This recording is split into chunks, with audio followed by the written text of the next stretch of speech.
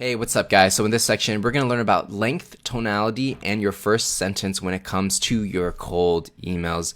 Now, when it comes to the email length, you have two options here. If you're just getting started, I highly recommend you write a short email that's about 3 to 4 sentences. And basically, you want to communicate, exactly how you can bring value to that company. And at the end, ask them for a meeting. So again, if you're new to emails, go ahead and stick with the 3 to 4 sentences. But if you want to do a different strategies, I know that the long form emails do work between 8 to 9 sentences. So longer emails do require a lot more effort and take a lot more skill when it comes to copywriting, but they can also be very effective as well. So, if you, once you get your feet a little bit wet and you want to try different strategies and write longer emails, you can go ahead and try that. But if you just want to write short emails from now until forever, short emails will definitely work for you as well. So it's definitely just up to you in terms of, what your style is. But again, if you're new, 3 to 4 sentences is good. So the next part is, where do people essentially view their email? And so there's a statistic out there that basically, everything in the pink, 67% of people open emails from a mobile device, whether it be a iPad, iPhone, Android device, or any other type. So that means 67% of the people are going to look at it from their phones. And that's why you want to make your emails very bite-sized and phone-sized, because people are going to look through it really quick and determine whether or not they should spend time on it. So only 32% actually open it on the desktop. So again, if you can write for mobile devices, it's going to translate well onto the desktop. So when you write your emails, it's all about thinking mobile first. So when it comes to, actually writing the email, you want to have a conversational style. So what you do not want to do is to seem like every other salesperson out there. So a lot of times salespeople have a bad rap in that, they try to sell you junk. They'll say something like, oh, this is brand new. This is going to blow you away. This is the best thing ever. And the moment somebody gets that whiff of that tonality, it's like, oh boy, he's trying to sell me. So that's why you want to keep a casual tonality, as if you were talking to a friend, but at the same time, you are keeping it professional. Like I was just saying, you want to write more casually, but keep it professional, like you're talking to someone at the bar or talking to a friend. You don't want to appear too salesy. And the thing is, people like to do business with people that they like. You just want to come off as very relatable. You're listening to their problems. You're not trying to push any product. All you're saying is like, hey man, I noticed that you're doing that. I'm doing this. I think we might be able to help each other. So if it makes sense to talk, let me know what your calendar looks like. So basically, you want to have that conversational tonality and really build rapport with your copywriting. So a good example of conversational tonality is, hey Patrick, I saw that you recently da da da da da. So you're basically just talking to them in plain English. There's nothing about that sounds salesy. It's just talking like a normal person. Bad examples of tonality is, are you ready to be blown away? Right? That sounds very salesy. Or, good day, sir. My company just launched, right? Nobody wants to hear that. Or if you, are very internet markety and you say something like, for a limited time. So those kind of emails basically don't work at all. Like nobody's going to read them. Nobody's going to want to open them. And for sure, nobody's going to respond. So that's why you want to keep it cool and casual and just keep it like you're talking to a friend. So now that you understand the casual tonality side of things, let's talk about the first sentence that you're going to write. So when you're writing your first sentence, you want to avoid talking about yourself. So an example would be, my name is Patrick, and let me tell you about how great my company is. The moment they read that, they are not interested because they don't care about you. They care about themselves. So you want to be mindful of what your prospect wants to hear. And for the most part, they're going to want to hear how you can save them time, money, or make more money. And so you want to keep that framework in your head as you write your emails. And we're going to go through some scripts on, exactly how to write that. But from a strategic vision standpoint, this is the framework you want to keep in mind. So now we're going to show you how you can personalize your emails. And what it means to personalize is to make your emails custom and make the person feel like you're writing an email specifically for them, rather than them feeling like you're moving down your hit list and just emailing just anybody. So when it comes to personalization, one thing you can do is bring up mentions in the news. So if you see a company, mentioned in the news for whatever reason, maybe they won an award, or maybe something really great happened for them, you could bring that up in your emails, and they will feel special because you did. Another thing you can do is, if they want any type of awards, like if they, were awarded Forbes, 100 or Inc. 5000 company, something like that, you could bring that up and make them feel a little more special about themselves. And hopefully that will build rapport and get you that meeting. The next thing you can do is use hyperlinks. So hyperlinks are interesting because I'm going to give you an example. Let's say you are selling SEO consulting services and you're helping people rank on google.com. So if you search in someone's name, someone's company name, and it shows that they are on the 7th page of Google, what you can do is you can email that company and say like, hey, when you type in your company name in Google, you actually appear on the 7th page. Here's the hyperlink. I help companies, get ranked on number 1 on Google. I help these people. So let me know if it makes sense to talk. So if you send something like that, that's some real pressure, and it shows them that you actually can provide some value, and it shows that you're turning a latent pain into a realized pain with hyperlinks. So that's just one example. There are many other examples of hyperlinks depending on your industry, so you just got to be creative about it. When you're personalizing your subject lines, which is another trick, is you want to put the first name of the person you're reaching out to in the subject line. So it'd be like, if it were Patrick at Wave Studios, which is my company, it would be Patrick, my first name, and then whatever subject line you're going to write, like how to generate more leads or how to get more traffic, whatever the case may be. Using the person's name is one strategy.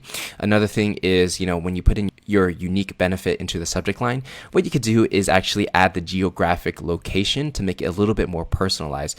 I help businesses in the Los Angeles area generate more foot traffic. So that's just an example of just using a geographic location like Los Angeles, putting that into, combining it with your unique benefit, and it's going to make you feel like you're writing an email specifically targeted for them. So personalization does, increase your response rate and the rate that people will take a meeting with you because it makes them feel special. So that's something you want to keep in mind if you want to write personalized emails. All right, guys, so let's go ahead and talk about how to format and space out your emails. So when it comes to spacing, you want to think about how to make it as easy to read as possible. And, the thing is, if you write long paragraphs or you write things that are hard to read or daunting to read, people might think like, oh man, this is so long. I don't want to do the extra work. So again, you want to make it as easy to read as possible. So I'm going to go ahead and give you an example. Take a look at this email. It's about 4 sentences long. And what I did was I combined all the sentences into one big paragraph. So it doesn't look too bad, but when you compare it to another email, this is the exact same copy, but the difference is I broke down the email into 4 different paragraphs. And basically each line is either a sentence or 2 sentences. And the reason why you want to do that is because when people are looking at this on their phone, especially, the spacing allows them to read the sentence really easy and then move on to the next one and then move on to the next one. So again, remember, the goal of the first sentence is to get them to read the second sentence and then so forth until the end where you actually ask for a meeting. And it's very different from comparing it to the first example where everything is bunched up into one paragraph. It does look a little daunting to read, and especially when it appears on the phone, it's going to look like a lot of work. And so that's why you want to space it out. And the rule of thumb is basically for every sentence or 2 sentences, you're going to want to create another paragraph just for that. And it definitely makes it easier on the eyes. So now when it comes to formatting, you do not want to use any graphics or images or any complex HTML in your cold emails. Now for marketing emails like newsletters, that's fine. But when it comes to B2B cold emails and you're emailing somebody that you don't know, you definitely should keep it as simple as possible. So you want to make your emails look like how it would if you were to send your friend a friendly email, right? If you're sending an email to your friend, you're not going to want to, add a lot of images or graphics or HTML. You're just going to write it as is. Here's an example of Sales Buzz, an email I got from Sales Buzz. And so the thing with Sales Buzz is I got this email from an employee at Sales Buzz, and I was like, I don't remember signing up for Sales Buzz. I don't even know who Sales Buzz is. And basically I get this image and I get all these different colors and it seems very salesy or markety. And I was like, I never signed up for this, so I'm not even going to read it. I just deleted it. Now here's an email I actually got from Ty Lopez, and as you can see, Ty Lopez basically broke down his email where every sentence has its own paragraph, and it's very easy to read, and basically it draws your eye to the top all the way to the bottom, and it gets you to read the whole thing, which is the goal. And then at the end, it's to get someone to take an action. When you are writing your emails, just space it out. Every sentence or 2 sentences, you want to create a new paragraph, and that's going to make it a lot easier on the eyes for people to read your email on their mobile device.